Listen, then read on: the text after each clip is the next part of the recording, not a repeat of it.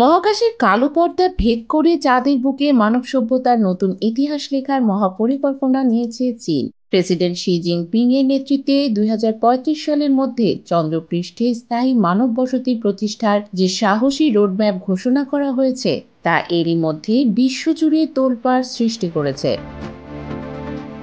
শুধু পরিকল্পনায় নয়, বাস্তবায়নের পথও এগিয়েছে অনেক দূর। চীনের সংবাদ মাধ্যমে প্রকাশিত খবর অনুযায়ী চাঁদের ধুলোকে ইটে রূপান্তরের অভূতপূর্ব প্রযুক্তি উদ্ভাবন করেছে দেশটির বিজ্ঞানীরা, যা এই মহাকাশ মিশনকে বানিয়েছে আরও বাস্তবসম্মত।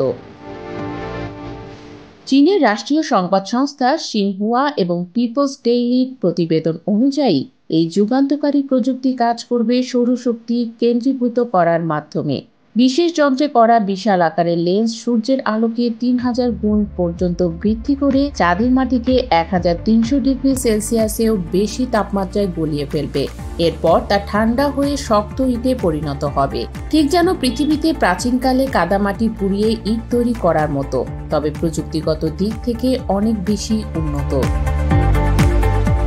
চীনের মহাকাশ বিজ্ঞানীদের মতে এই প্রযুক্তির সাফল্য মানে শুধু ইট তৈরি করাই নয়, বরং মহাকাশে মানব বসতি স্থাপনের সবচেয়ে বড় বাধা পেরোনোর সামর্থ্য অর্জন। কারণ পৃথিবী থেকে চাঁদে নির্মাণ সামগ্রী পরিবহনের ব্যয় অত্যন্ত ব্যয়বহুল। প্রতি কিলোগ্রাম সামগ্রী পাঠানোর পেছনে খরচ হতে পারে কোটি কোটি টাকা। চাঁদে নিজস্ব সম্পদ ব্যবহার করে কনস্ট্রাকশন কাজ এগিয়ে নিতে পারলে এই খরচ কমবে আশাতীতভাবে। চ্যাং-ই-8 মিশনের প্রস্তুতিও প্রায় শেষের কাছে।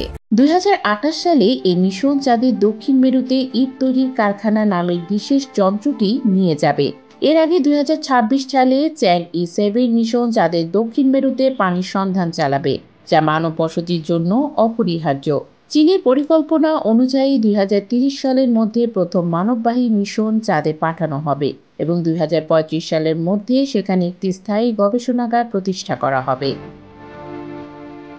চাঁদের ধুলোকে সোনায় পরিণত করার এই প্রচেষ্টা শুধু চীনেরই নয়, সমগ্র মানব সভ্যতার জন্য একটি ঐতিহাসিক পদক্ষেপ।